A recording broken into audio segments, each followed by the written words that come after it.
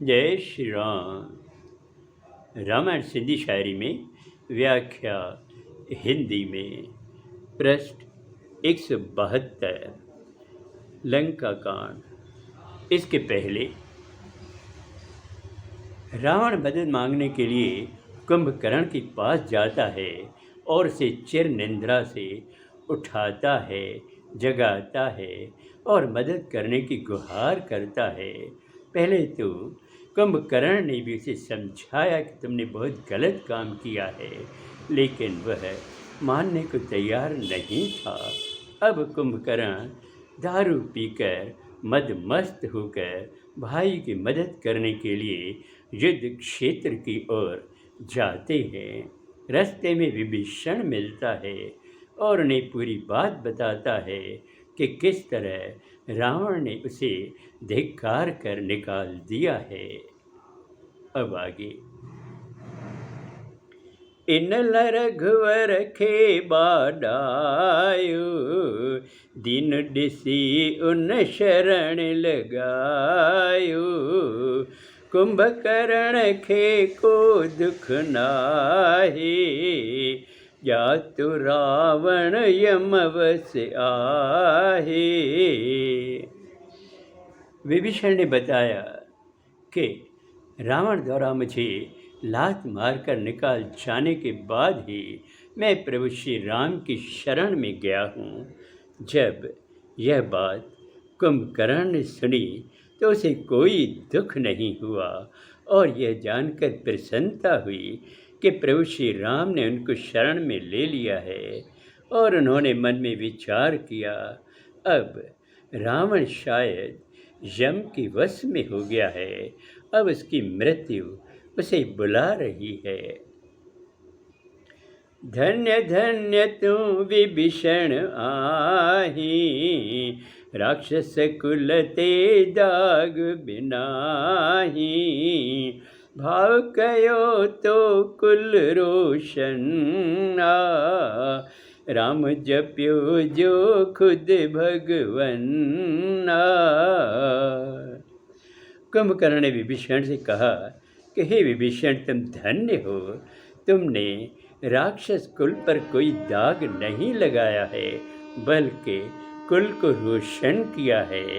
तुम बड़े भाग्यवान हो कि तुम प्रभु श्री राम की शरण में हो, जो स्वयं मानव न होकर भगवान है। कर्म वचन सा छल छडे, जब रघुवर गुण खाणे। समझ न मुँह में का बची, माँ बित यम वस हाण। और उसके बाद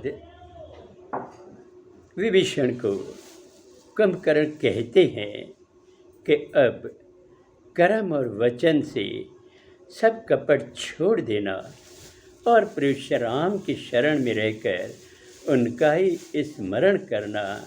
हे भाई, मुझ में अब कोई समझ नहीं रही, मैं तो अपनी भाई की मदद करने के लिए मजबूर हूँ। अब तो लगता है मैं भी काल की वश हो गया हूँ। तुरत उताखा विभीषण आयो, रघुवर के सब हाल बुधायो।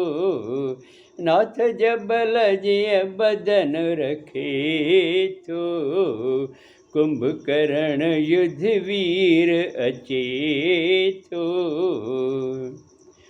तब विभीषण वहाँ से चलकर प्रभु श्री राम के पास आते हैं और उन्हें पूरी स्थिति बताते हैं कि हे नाथ, कुंभकर्ण जो पर्वत के समान शरीर रखते हैं और सबसे ज़्यादा बलशाली हैं, वीर हैं, वो आ रहे हैं।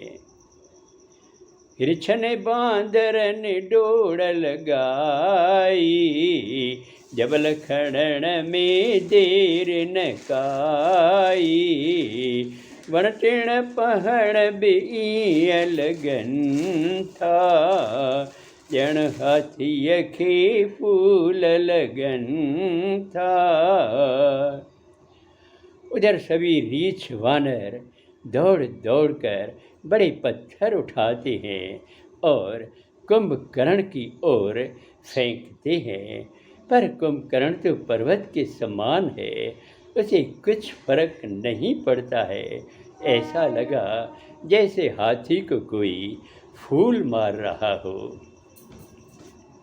पोहन मत नल नील बेआया, सबई जोधा न केराया।